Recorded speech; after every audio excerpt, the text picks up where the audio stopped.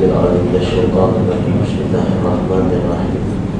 الحمد لله والصلاة والسلام على سيدنا رسول الله سيدنا محمد ابن عبد الله وعلى آله وصحبه ومن والاه. سبحانك لا علم لنا إلا ما علمتنا إنك أنت العليم الحكيم وتب علينا يا مولانا إنك أنت التواب الرحيم. وصلى الله على سيد المرسلين وعلى آله وصحبه أجمعين والحمد لله رب العالمين وثم أما بعد. Assalamualaikum warahmatullahi wabarakatuh. Alhamdulillah, segala puji dan syukur hanya sahaja bagi Allah Subhanahu wa taala. Berlimpah kurnia dan belas ihsan daripada Allah diberikan kesempatan untuk kita berada dalam satu tempat yang baik, dalam majlis yang baik, dengan niat yang baik, di tempat yang baik.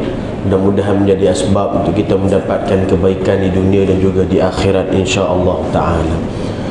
Tuan, para sidang jemaah yang dirahmati Allah Subhanahu wa taala, pertama sekali kita rafa'kan kesyukuran kita kepada Allah kerana dipilih oleh Allah akan kita ini yang lemah, yang hina, yang penuh dengan dosa, yang penuh dengan maksiat, yang penuh dengan kelemahan, untuk kita hadir ke rumah Allah Subhanahu wa taala. Tidaklah diundang seseorang yang dibenci untuk datang ke rumahnya. Tidaklah diundang seseorang yang dibenci oleh kita sendiri untuk datang ke rumah kita, melainkan yang diundang itu adalah orang yang kita sayang dan orang yang kita cinta. Bermakna beruntunglah mereka yang dipilih oleh Allah Subhanahu wa taala untuk datang ke rumah Allah. Bermakna mudah-mudahan ia termasuk dalam golongan yang dicintai Allah Subhanahu wa taala. Tuan yang dimuliakan Allah Subhanahu wa taala, banyak kelebihan-kelebihannya. Maka sementara kita menunggu atau menanti waktu masuknya solat waktu zuhur ataupun solat Jumaat, azan yang pertama, maka sama-samalah kita untuk bermuhasabah, sama-samalah kita mengambil ruang dan peluang yang ada di masa yang ada untuk kita sama-sama mendengar dan juga menghayati hadis-hadis Nabi Muhammad SAW, khususnya yang berkaitan dengan tempat yang kita sedang berada ini, iaitu rumah Allah, yakni masjid dan juga surau. Maka suka untuk saya kongsikan berkenaan dengan masjid dan surau, berkenaan dengan rumah tempat yang kita jadikan sebagai tempat ibadah, maka nuzulir rahmah, tempat yang mana turunnya rahmat daripada Allah Subhanahu wa taala. Seperti mana dalam hadis Nabi SAW, Nabi menyebutkan ahabbul biladi ilallah masajiduha wa abghadul biladi ilallah aswaquha. Kata baginda Rasul SAW, tempat yang paling dicintai oleh Allah di atas muka bumi ini adalah masjid-masjidnya, dan tempat yang tidak disukai oleh Allah adalah pasar-pasarnya. Adapun pasar-pasar di sini mempunyai makna dan syarahan yang panjang. Tidaklah kita pukul rata secara umum semua pasar itu dibenci oleh Allah Ta'ala hingga menyebabkan kita tak mau pergi pasar dan kita tak ada tempat nak beli barang. Maka tempat yang dicintai oleh Allah adalah masjid-masjidnya. Lalu bagaimana pula dengan yang tempat yang bernama surau? Bagaimana tempat yang bernama surau? Ada tempat yang dipanggil surau, tak dipanggil masjid. Yang dimaksudkan masjid di sini adalah yang mana dilakukan solat berjemaah 5 waktu secara berterusan di dalamnya, maka termasuklah surau, walaupun namanya surau. Istilah-istilah ini kadang-kadang berbeza mengikut sebahagian negeri, sebahagian tempat. Ada sebahagian tempat ada menara baru boleh jadi masjid, tak ada menara tak jadi masjid. Jadi berbezalah. Yang penting kita faham makna yang dikehendaki oleh syarak, iaitu apa. Kemudian disebutkan Nabi SAW melalui hadis ini jelas menunjukkan bahawa tempat yang dicintai oleh Allah adalah masjid-masjidnya. Bermakna tidaklah dihadirkan Allah ke tempat yang dicintainya, melainkan orang itu dicintainya. La haula wala quwwata illa billahil aliyil azim. Tiada kuasa ke atas kita untuk datang ke tempat yang dicintai Allah ini, melainkan Allah yang menggerakkan hati kita, Allah yang menggerakkan tubuh badan kita untuk melangkah ke rumah Allah Subhanahu wa taala. Baik itu Nabi sallallahu alaihi wasallam sebutkan apa nama ni, Idza hamma, yakni jika seseorang itu bihasanatin, jika seseorang itu mempunyai niat ataupun terlintas niat ataupun berniat untuk melakukan sesuatu kebaikan umumlah, maksudnya berniat untuk datang ke masjid, ke rumah Allah Subhanahu wa taala, maka dicatatkan amalan tersebut, dicatatkan pahala bagi orang yang berniat. Baik itu tuan-tuan para jemaah yang dimuliakan Allah, ulama-ulama kita ada yang membahaskan dalam kitab yang menulis ataupun yang mengarang kitab hanya khusus pembicaraannya tentang niat. Nak bagi tahu betapa dahsyatnya niat ini. Niat ini adalah sesuatu yang dipandang oleh Allah Ta'ala. Mungkin orang nampak hari ini niat benda yang kecil, tetapi ia dipandang oleh Allah Ta'ala. Bahkan dalam kitab-kitab hadis yang muktawar, seperti kitab-kitab yang kita sebutkan, kitab hadis sahih Imam Bukhari, disebutkan As-Sahhul Kutub Ba'dal Quran, kitab yang paling sahih selepas Al-Quran, iaitu kitab Sahih Bukhari. Hadis yang mula-mula dimulakan adalah hadis perbahasan tentang niat. Bermakna niat adalah satu perkara yang sangat-sangat besar yang dipandang oleh Allah Subhanahu wa taala, sehingga ulama mengarang kitab-kitab hanya membahaskan tentang niat, panjang berjala hanya cerita tentang niat. Seperti yang Nabi sebutkan tadi, orang yang berniat, setiap malam berniat, setiap waktu berniat. Ada ulama yang menjadikan setiap masanya adalah dengan niat. Tapi niat mesti diiringi dengan perbuatan. Apa maksud niat? Qasdu, Allahumma salli ala sayyidina Muhammad. Niat itu adalah al-qasdu, yakni mempunyai bertujuan, yang mana mestilah dia itu diiringi dengan bil fi'li, dengan perbuatan. Maksudnya kalau niat saja, kalau dalam hati lintas tapi tak buat, dan memang tak ada keinginan nak buat, cuma niat saja, maka yang ini tak dipanggil niat, ini dipanggil azam. Sebab bila kita sebutkan seseorang yang berniat, bayangkan bila dia berniat nak pergi masjid, dah dituliskan pahala, diperintahkan Allah agar dituliskan pahala bagi orang yang berniat itu satu pahala. Belum lagi dia pi. Apatagi kalau dia pi, dah tambah lagi pahala lain lah. Tapi kalau dia berniat nak pi masjid, malam tu dah berniat, esok pagi nak bangun pi masjid, dah dituliskan pahala. Maka orang tu pun ambil peluang, sebulan tu dia niat tak pi pun. Niat saja, setiap malam niat. Ini dipanggil mengambil hujah untuk mendapatkan helah. Maka ini tak betul. Maka seseorang itu semakin mana dia mendapatkan riwayat, atau semakin banyak dia mendapatkan ilmu, semakin banyak dia dapatkan pengetahuan, maka semakin bertambah akan ibadah dia. Maka orang yang berniat untuk hadir ke rumah Allah Ta'ala diberikan pahala, lalu dia datang ke rumah Allah Subhanahu wa Ta'ala digandakan pahalanya semula. Sebab itulah kita sebutkan banyakkan berniat, kerana niat ini bila banyak berniat, maka hati akan menjadi bersih, hati akan menjadi baik. Bila hati menjadi baik, mata dan lisannya juga insya-Allah akan menjadi baik. Semuanya bermula daripada hati yang baik, mata yang baik, dan juga lisan yang baik. Tapi bila mana seseorang itu telah menunjukkan mulutnya, lisannya sesuatu yang buruk, maka itu menunjukkan bahawa buruk juga dalam hatinya. Walaupun betul lah ada sebahagian mengatakan kita tidak tahu apa yang ada di dalam. Kita tak boleh judge orang melalui zahir dia, sebab kita tak nampak ada di dalam. Betul, misalnya ala sayyidina Muhammad, itu hanya Allah sahaja yang mengetahui. Tapi orang kita sendiri, maksudnya hak kita ke atas diri kita sendiri, bila kita menyebutkan sesuatu yang buruk, atau lidah kita, lisan kita sentiasa bercakap yang buruk, itu menunjukkan akan kotornya hati kita. Allah sebut dalam Quran, qad badatil baghdha'u min afwahihim wa ma tukhfi suduruhum akbar. Kata Allah Subhanahu wa taala, kamu nampak lidah dia ni selalu berdebat, selalu orang cakap perkataan-perkataan menyakiti hati orang, memfitnah, mengumpat. Wa ma tukhfi suduruhum akbar. Tapi dalam hati dia lebih kotor lagi, Allah kata. Dalam hati dia lebih busuk lagi. Dalam hati dia sebenarnya lebih teruk lagi. Yang tu, yang zahir tu, yang sikit dia yang nampak, sebenarnya dalam lebih teruk lagi. Maka tuan-tuan yang dimuliakan Allah Ta'ala, maka banyakkan berniat bila mana kita datang ke rumah Allah Subhanahu wa Ta'ala. Yang kedua, maka bersyukurlah setiap kita punya khutbah, setiap kita punya langkah ke masjid, ataupun langkah ke surau, maka itu semuanya dikira oleh pahala oleh Allah Subhanahu wa Ta'ala akan setiap langkah, akan setiap perjalanan untuk kita datang ke sini. Ada satu orang sahabat Nabi jumpa dengan Nabi Muhammad SAW dan beritahu kepada Rasulullah, ya Rasulullah, kami ni rumah kami jauh dengan Masjid Nabawi. Masa tu ada Masjid Nabawi, jauh. Jadi kami nak jual rumah kami nak beli tanah berhampiran dengan Masjid Nabawi untuk kami mudah datang ke rumah Allah, ke masjid. Maka Nabi katakan jangan. Nabi kata tetap kamu duduk di rumah situ, kerana perjalanan kamu daripada rumah itu makin jauh makin banyak pahalanya. Subhanallahil azim. Tapi tengoklah kalau zaman sekarang ni kita ikutlah, mungkin kita rasa macam lebih mudah kalau dekat dan sebagainya, itu cerita lain lah. Cuma nak bagi tahu setiap perjalanan itu ada pahalanya. Dan disebutkan Nabi SAW, siapa yang berjalan ke rumah Allah Subhanahu Wa Taala, setiap langkahnya itu dia angkat darajat, dia diberikan pahala dan dihapuskan dosa serta diangkat darajatnya. Ya, diberikan hasanat, dihapuskan sayyiat, diangkat darajatnya setiap satu langkah. Bukan dua langkah, setiap satu langkah. Ada mungkin ada orang hari ni kata bagaimana pula kalau naik motor, kalau naik kereta, adakah dia jadi beza? Ya, maksudnya selain Sayyidina Muhammad dalam bab pahala ni kita tak tahu. Dalam bab pahala ni kita serah pada Allah Subhanahu Wa Taala. Allah tahulah nak kira macam mana. Allah tahu nak bahagi macam mana. Yang penting kita mai tu dah ada pahala dah. Hak tu memang ada pahala. Mai masjid pahala ada. Jadi bab berapa pahala Allah nak bagi itu semua dia serah pada Allah. Kadang jangan kita sempitkan. Ada orang dia sekarang sempitkan.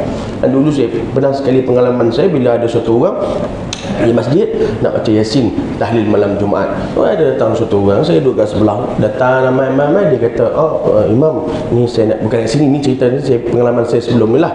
Dia bagi-bagi, dia kata, Imam, ni ada satu, boleh tak bacakan nama arwah ni, nama arwah, ada orang meninggal ni, arwah mak dia ke ayah tu, tak ingat dah lah.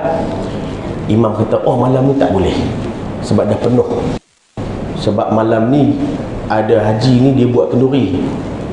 Jadi bila dia yang buat kenduri, dia sponsor hanya nama ahli keluarga dia. Haji tu tak buat syarat macam tu pun. Haji tu tak kisah pun. Cuma dia tak boleh lah sebab bila makin banyak nama, nanti makin sikit lah pahala nak kena bahagi. Apa dia ni kan? Jadi ini satu fahaman yang salah lah. Kita sempitkan. Maka dalam bab pahala kita serah pada Allah Ta'ala. Kita tak ada urusan ke atas itu. Kerja kita apabila tersilap, kita ambil kerja Allah Subhanahu Wa Taala. Bila kita doa, kita sibuk bila Allah nak tunai, itu kerja Allah dah. Kerja kita minta. Tapi hanya orang sibuk nak tahu tentang yang nak tunaikan, nak mustajabkan, yang nak kabulkan, itu dah bahagian Allah, itu kerja Allah, bukan kebahagiaan kita dah. Baik, tuan-tuan yang dimuliakan Allah Ta'ala. Jadi langkah kaki itu, cumanya saya sebut sikit, kalau orang tu berjalan kaki, dia berjalan kaki semestinya lebih banyak lah kalau dia berjalan kaki, sebab dia lebih mengambil jalan susah.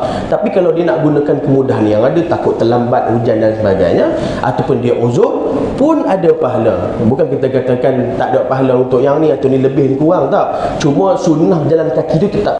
Sebab sahabat Nabi ni, bila mana Nabi berkata berjalan kaki, ada sahabat yang jalan kaki, okey, berjalan kaki, walaupun ada kuda, walaupun ada keldai. Tapi kita kalau rumah 2 kilo, tak apalah, naik motor, naik kereta, tak apalah, dia jalan kaki. Jadi dia azan, dia keluar rumah, dia sampai orang dah balik. Jadi bila nak sembahyang jemaahnya, cuma ada orang kata sebab saya uzur Ustaz, saya tak boleh. Jadi kita kena gunakan kemudahan yang ada. Motor dengan kereta saya guna. Alhamdulillah pun tak ada masalah. Cuma yang peliknya petang dia jogging. Petang dia jogging banyak kilo pula kan. Jadi dia pelik lah, dia tak larat, tapi petang dia jogging motor kereta, bila main surau masjid dia tak larat, nak jalan kaki. Petang jogging 2 kilo lebih, tungap-tungap dah. Tapi tak ada masalah, tetap bukan benda yang haram, tuan-tuan yang dimuliakan Allah Ta'ala. Jadi kemudian bila yang seterusnya, bila kita datang ke rumah Allah Ta'ala ni, kelebihan dia apa? Kelebihan dia juga Allah berikan kepada kita itu, orang yang datang ke masjid, ke surau, cahaya yang penuh di hari kiamat, seperti dalam hadis Nabi SAW. Basyiril masya'in fi dhulami ila al-masajidi bin nur tam yaumal qiyamah, atau kama qala sallallahu. Nabi kata, siapa yang gembirakan orang yang ulang alik main ke masjid sembahyang berjamaah ni, bin nur tam, maka dia akan dapat cahaya yang sempurna di yaumul qiyamah, nanti di hari kiamat. Maka beruntunglah orang yang selalu hatinya dekat dengan rumah Allah Subhanahu Wa Taala. Ni tiada tempat yang lebih selamat, tiada tempat yang lebih utama melainkan rumah Allah Subhanahu Wa Taala. Dan kemudian juga bila kita masuk ke rumah Allah Taala ini, dalam masjid ni peluang untuk dapat pahala tu banyak. peluang untuk dapat pahala banyak. Maksud saya daripada mana? Daripada awal. Daripada awal tu dah dikira pahala. Niat nak main masjid dapat pahala. Berjalan atau naik motor ataupun naik kereta tak kisahlah, pahala dah. Masuk ke masjid, masuk ke masjid tuan-tuan yang dimurkai Allah Taala, masuk pula dengan adab, melangkah dengan kaki kanan dapat pahala dah.